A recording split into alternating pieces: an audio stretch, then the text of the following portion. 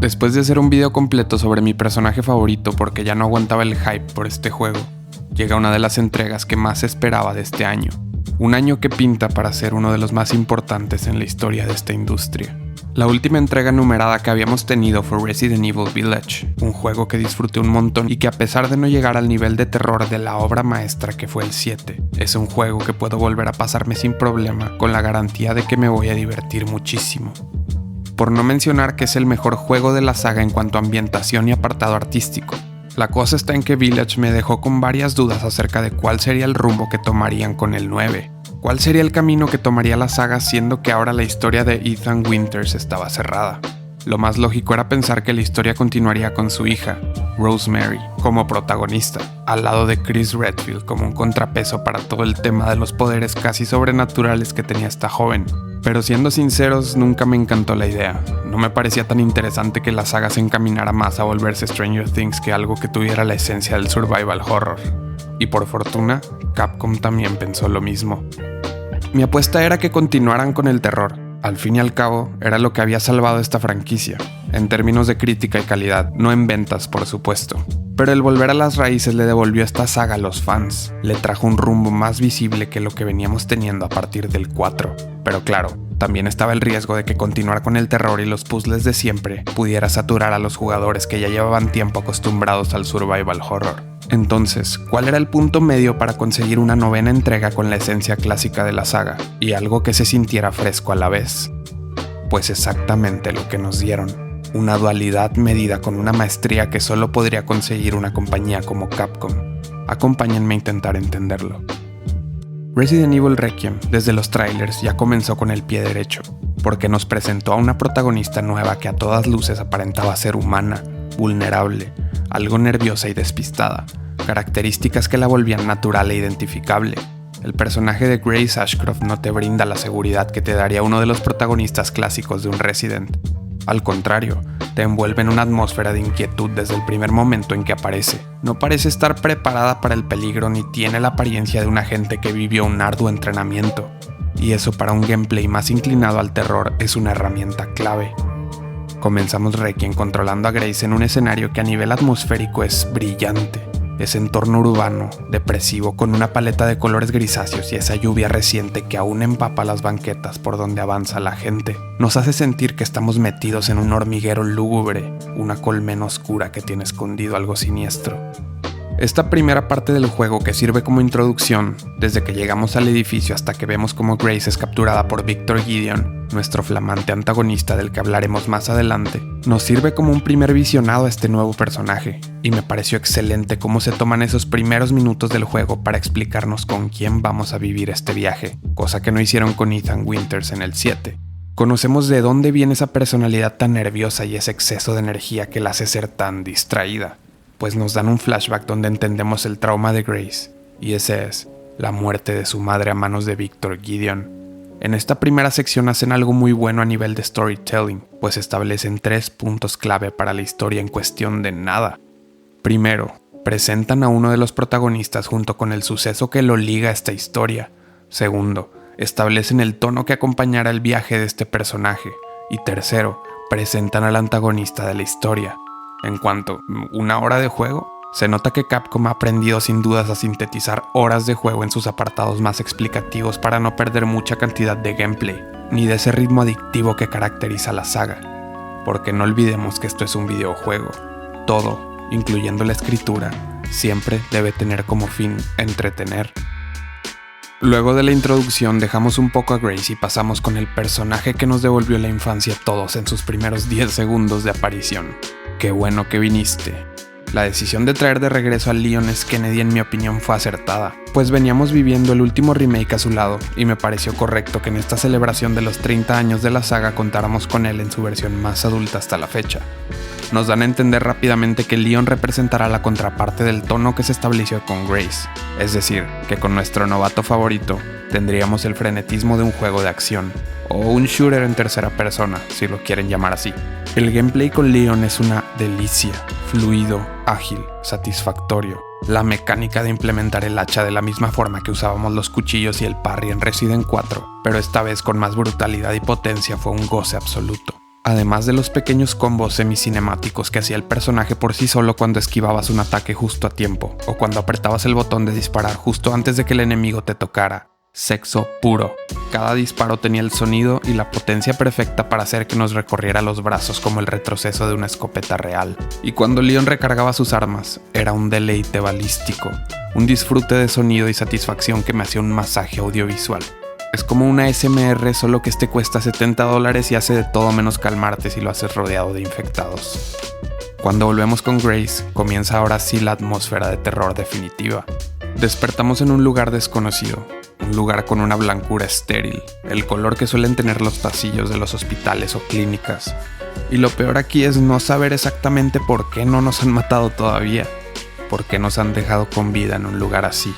Nuestra exploración en tranquilidad por esta nueva zona no dura mucho, pues no tarda en aparecer el que va a ser nuestro dolor de cabeza en esta nueva entrega, un arma biológica conocida como The Girl o la niña, que tomará la función de un Stalker en este juego como lo hizo Nemesis en el 3, Mr. Sex en el 2 o Lady Dimitrescu en el 8. Debo decir que cuando por fin salimos de aquellos primeros pasillos y descubrimos que nos encontramos en el hospital de Rhodes Hill, por fin se nos abre la zona que todo Resident del estilo clásico tiene.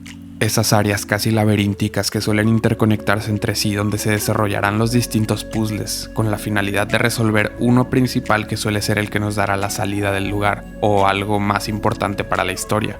Lugares icónicos como la mansión Spencer, la casa de los Baker, o la mítica comisaría de Resident 2 son ejemplos de estos espacios que se diseñan tan bien en Capcom. Y quiero decir, sin miedo a equivocarme, que estamos ante una de las mejores zonas jamás diseñadas en la historia de los juegos de terror. Punto. Así es, lo volvieron a hacer. El cómo se van interconectando los pasillos con la recepción del hospital, el diseño de enemigos que vamos encontrando y cómo conservan las conductas y personalidades que tenían antes de ser infectados. Los puzzles tan bien pensados que te exigen lo justo para seguir siendo divertidos. El diseño de niveles que te hacen sentir de verdad que estás progresando y no solo pasando de puerta en puerta. Y lo más importante, la sensación de terror y de agobio que este hospital provoca. Hubo momentos en donde Grace cruza una puerta y el escenario que la recibe es simplemente traumático.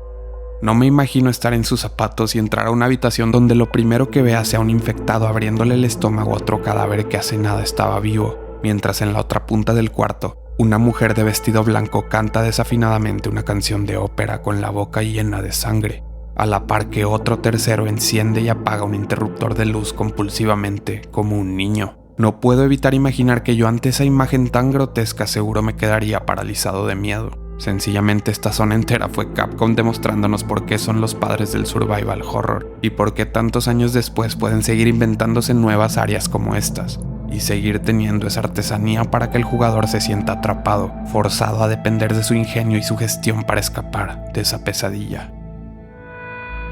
Como suelo hacer en todos mis análisis, también quiero hablar de lo que no me convenció tanto de Requiem. Y por desgracia, esas cosas llegan en la segunda mitad del juego. Entonces podríamos decir que es una experiencia que va de más a menos. Pero no se me asusten todavía. Realmente estos detalles que voy a mencionar tampoco me arruinan la experiencia. En realidad, creo que es un juego que se queda a nada de ser redondo, pero vamos a entenderlo mejor. Requiem es un juego que explota muy bien esta dualidad entre acción y terror, donde probamos lo mejor de los dos mundos. De hecho, creo que esta es la mejor característica que tiene. Sin embargo, cuando conseguimos salir de Rhodes Hill y nos trasladamos a Raccoon City, por más nostálgico que haya sido, se nota muy rápido el bajón que pega el juego a nivel de diseño. Apreciar la ciudad destruida y ver cómo todo lo que habíamos jugado en las primeras entregas quedó paralizado en el tiempo no era una mala idea, pero hacerlo como lo hicieron es lo que no me convenció del todo. En mi opinión, este aire de semimundo abierto que tiene esta sección para mí le queda horrible a los Resident, porque precisamente es una saga que se disfruta más en sus espacios cerrados, en sus estructuras más lineales. Incluso en sus juegos de más acción creo que Capcom ha mantenido bastante controlados sus recorridos, y eso para mí es bueno cuando hablamos de la esencia de esta saga. Pero esta sección de Raccoon City se siente algo más parecido a un Gears of War que a un Resident Evil, y créanme que no soy ningún purista del survival horror. Mi juego favorito de la saga es el 4, y ni siquiera es terror como tal. Pero ese juego seguía teniendo una cierta magia en su ambientación y su gestión de inventario que te recordaba en cada momento que seguías en un Resident. Para mí, esta sección con Leon en Raccoon City no tiene eso. se aleja bastante de lo que veníamos teniendo en la primera mitad de esta novena entrega. No sé si fueron los campamentos de la BSAA, no sé si fue el sistema de mejora y compra de armas, no sé si fue el tono tan militar que tenía todo hasta el punto de incluir zombies que usaban lanzacohetes. La verdad no sabría decirlo. Quizás fue todo eso junto, pero esta zona me sacó bastante de tono. Recalcando, claro, que nunca dejó de parecerme divertido. Lo recalco para no ser injustos con el gran trabajo que se hizo con esta área en términos de gameplay. Está todo muy bien pensado y sobre todo muy bien ejecutado. Gráficamente se ve espectacular y el lugar conecta bastante bien entre sí. Muchos juegos que sí son enteramente de acción estarían orgullosísimos de haber diseñado una sección así, pero esta pieza para mí no encaja muy bien en el engranaje que es Requiem, por muy bien hecha que esté. Dejando atrás esta zona militar más abierta, regresamos a la comisaría de Raccoon City, donde a más de uno se nos botaron un par de lágrimas al volver a uno de los lugares más icónicos en la historia de los videojuegos. Legendario se queda corto. La vida vale la pena ser vivida por cosas como Resident Evil 2. Y qué bueno que viniste. Aquí la verdad Capcom se sacó de la manga la carta del fanservice. Hubo guiños al segundo juego en prácticamente todo el recorrido por la comisaría. Como es obvio, el juego pasa ahí. Hasta tuvimos un easter egg de la skin del bloque de tofu caminando por ahí y hasta usamos una herramienta que formaba parte de un antiguo puzzle. La verdad fue un detalle muy bonito el ver todo rediseñado para que de verdad se sintiera que habían pasado varios años desde que estuvimos acá. Como si nosotros hubiéramos crecido, pero el lugar se hubiera mantenido paralizado.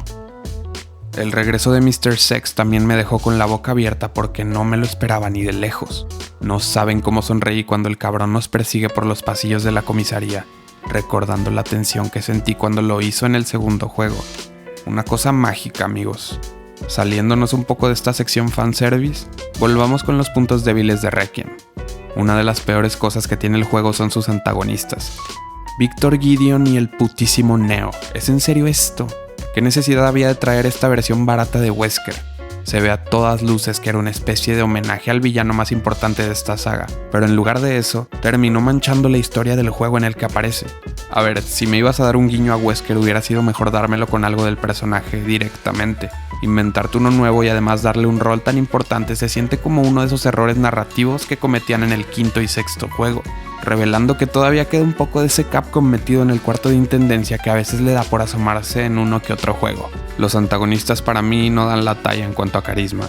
En este tema el cuarto juego imparte cátedra. Es verdad que los villanos de esta entrega pueden caer casi en lo caricaturesco, pero cumplen su función. Y no se le puede pedir más a un juego con un argumento tan serie B como Resident Evil 4. Pero en Requiem se nota que los antagonistas se toman demasiado en serio a sí mismos y quieren que el jugador también lo haga, pero no lo terminan consiguiendo. No se sienten peligrosos, o por lo menos no como quieren parecerlo, ni tampoco son divertidos o tienen un humor que te haga engancharte a su personalidad. Son bastante planos, diría yo. No ayuda que Victor Gideon sea vencido tan fácil por Leon después de una persecución en moto que parece sacada de Rápidos y Furiosos. Yo no sabía que se podía subir en moto a un edificio completamente vertical, pero Leon Kennedy como siempre nos demuestra que nada es imposible. La última sección del juego nos traslada a unas instalaciones clandestinas de Umbrella que se encuentran debajo de Raccoon City. Me gustó, aunque reciclaron la idea de unos laboratorios secretos en el subterráneo de la ciudad del segundo juego. Pero no pasa nada, sigue siendo un concepto que se presta mucho al terror y sigue funcionando muy bien hasta la fecha. Entonces no me parece tan mal. En el apartado artístico esto explota como una supernova. Todo se ve tan nítido, tan bonito y a la vez tan inquietante por la naturaleza misma del lugar. Las estatuas casi futuristas que parecen criogenizadas, los espacios con geometrías son ortodoxas por todas partes que hacen juego con los colores saturados a lo Kubrick. Todo eso me pareció brillante. Jugablemente me gustó volver a controlar a Grace y sentir que bajaban el ritmo de la acción para volver a meternos en la tensión del miedo. Es un buen elemento añadir la presión de saber que Leon está muriéndose a causa del virus T, que corre lentamente por su sangre, significando que estamos jugando contra el reloj, lo que vuelve todo más tenso y nos da una urgencia de hacer todos los puzzles lo más rápido posible mientras evadimos a los leakers que andan por la zona.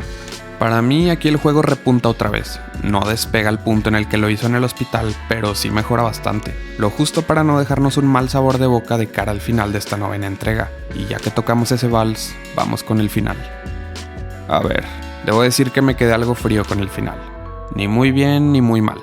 La idea de dejarnos decidir sobre qué hacer con Elpis y que eso nos diera 2 finales distintos me pareció extraña. Y casi quedo traumatizado cuando elegí sin saber el final donde muere Leon. Creí de verdad que estábamos ante la muerte de este personaje y me quedé con la boca abierta frente a la televisión viendo cómo lo mataban de una manera tan despreocupada y terminaban el juego así como si nada. Debo admitir que comencé a hiperventilarme y sufrí de un colapso nervioso por el que tuve que ser internado. Luego de volver a mi casa volví a entrar a Requiem para elegir el otro final. Y entendí que el que yo había elegido no era el final canónico. Este sucede cuando elegimos liberar Elpis y de esa manera conseguíamos el antiviral, la redención de Spencer. Con esto salvamos la vida de Leon y pasamos a la pelea final con el resucitado Victor Gideon, en su forma más monstruosa, casi alienígena. Pues sí, es una pelea final muy Resident y todo, pero no sé. Quizá no me ayudó que casi termino con mi vida poco tiempo antes de jugarlo, pero igual no me parece tan espectacular esta pelea. Me pareció mejor pensada la de Saddler en el 4. Es así que tiene un escenario bastante mejor. Después de terminar con Gideon, nos revelan que Leon y Grace ya no tienen salida de aquel lugar y que todo se terminará derrumbando sobre ellos en cuestión de minutos. Quedan atrapados mientras todo cae a su alrededor, y lo único que pueden hacer es esperar a que todo termine de caer sobre ellos, acompañándose juntos hasta el final. Pero por fortuna llegan las fuerzas armadas de Chris Redfield, los lobos, y salvan la vida de nuestros héroes. ¡Qué bueno que viniste! Un final que nos da a entender que la historia de los lobos y de esta nueva organización de la que formaban parte Neo y Gideon va a continuar en un futuro. A ver, Resident Evil Requiem me parece un juego sobresaliente, con sus bajadas y algunos personajes insuficientes, pero muy bueno como conjunto entero. Es un juego brillante en términos jugables, y sobre todo es muy, pero muy divertido, que es lo importante. Creo que la saga está en un punto de calidad en el que solo se estuvo quizá en la trilogía original de los Resident clásicos, y por supuesto en el cuarto juego. Quizás si la sección de Raccoon City hubiera tenido otro enfoque, le hubieran extendido un par de horas más de juego a Grace en el laboratorio antes de llegar al final, y si hubieran rediseñado el último boss fight, estaríamos fácilmente ante el segundo o tercer mejor juego de la saga. Bueno, y también si hubieran reescrito a los villanos. Con Gideon lo puedo pasar un poco porque este sí comienza siendo un buen antagonista en la primera mitad del juego, pero lo de Neo, eso no lo puedo defender. En general, Requiem es una experiencia que le hace justicia a la vara tan alta que ha puesto Capcom desde Resident Evil 7. Es un homenaje a la saga, sí, pero a su vez es un gran juego híbrido por sí solo, aun si lo separamos de este universo. Para mí este es el primer gran contendiente para el juego del año en lo que llevamos de 2026 junto con Crimson Desert, pero la competencia estará muy cerrada. Veremos si Requiem se puede llevar algún que otro premio, porque se lo merecen más de un apartado. Aunque bueno, menciono Crimson Desert, pero no creo que vaya a ganar en absoluto. Solo creo que va a estar nominado. Por cierto, ahora mismo ya es casi oficial que la siguiente entrega de la saga va a ser el remake de Code Verónica. Y de ahí seguramente se irán a rediseñar el 0 y el 1, lo cual nos dice que queda un tiempo hasta que volvamos a ver la 10ª entrega de la saga. Y quiero decir cómo me gustaría que esta fuera. Primero, me gustaría mucho que Resident Evil 10 sea el final definitivo de la saga numerada. Luego, si siguen con remakes o con spin-offs del universo sería otro tema, pero como tal, el 10 me sirve para cerrar la historia principal. Pero muchos me dirán, amigo Cartem, quedan todavía muchas historias sueltas de la saga que no se han cerrado. ¿Cómo pretendes que acabe todo en un solo juego, teniendo en cuenta que los últimos no están durando más de 12 o 13 horas? Pues bien, lo que a mí me gustaría ver en Resident Evil 10 sería algo como lo que hicieron con el 6, pero bien hecho. Esperen, no me crucifiquen todavía, déjenme explicarlo. Estoy hablando de un juego que consiste en 3 campañas, 2 de ellas con 2 personajes y una con 3, pero esta vez con el nivel que tiene Capcom actualmente. Una de estas campañas sería la de Rosemary Winters y Chris Redfield como dupla, para dar el cierre a la historia de ambos personajes y al argumento que se planteó en Resident Evil 7, y que aún no tiene un cierre tan definitivo. Esta campaña funcionaría como un híbrido parecido al que vimos en Requiem entre terror y acción, lo cual a mí me funcionaría bastante. La segunda campaña sería protagonizada por Grace y Emily, la campaña enfocada al survival horror puro y clásico donde veremos cómo termina la historia de estos 2 nuevos personajes que introdujeron en Requiem. Con 2 personajes como estos tienen todo para ser el mejor terror que han hecho en la historia de esta compañía. Es un gran desafío, pero creo que tienen todo para hacerlo. Y por último, la campaña más enfocada a la acción. Leon S. Kennedy, Claire Redfield, y Jill Valentine. Los tres en una campaña juntos, ya viéndolos como agentes más experimentados, sería increíble. Además de que venimos viendo a estos tres personajes en los últimos 3 remakes de la saga, lo cual fue una buena preparación para darles ese cierre que no han tenido en décadas. Los tres juntos, en un desenlace brutal. Pero bien, esto es solo lo que a mí me haría más sentido, pero claro, quizá Capcom no tenga planes de terminar la saga en la 10ª entrega y decida cerrar estos arcos cada uno en su juego individual, o en títulos no numerados de la saga. Esto es solo lo que a mí me parece más lógico y solo a mí, también lo que creo que me gustaría ver. Veremos lo que sigue para esta hermosa franquicia y mientras tanto disfrutemos de lo que ya tenemos, que no es poco, y gocemos de este momento tan bueno de la saga mientras dure, porque no sabemos lo que puede pasar con esta compañía. Vivan el momento, señores, que se viene un gran año para jugar. Me despido dándoles las gracias como siempre por escuchar mis ideas y por intentar entenderlo conmigo. Se despide Cartem y nos vemos en el siguiente.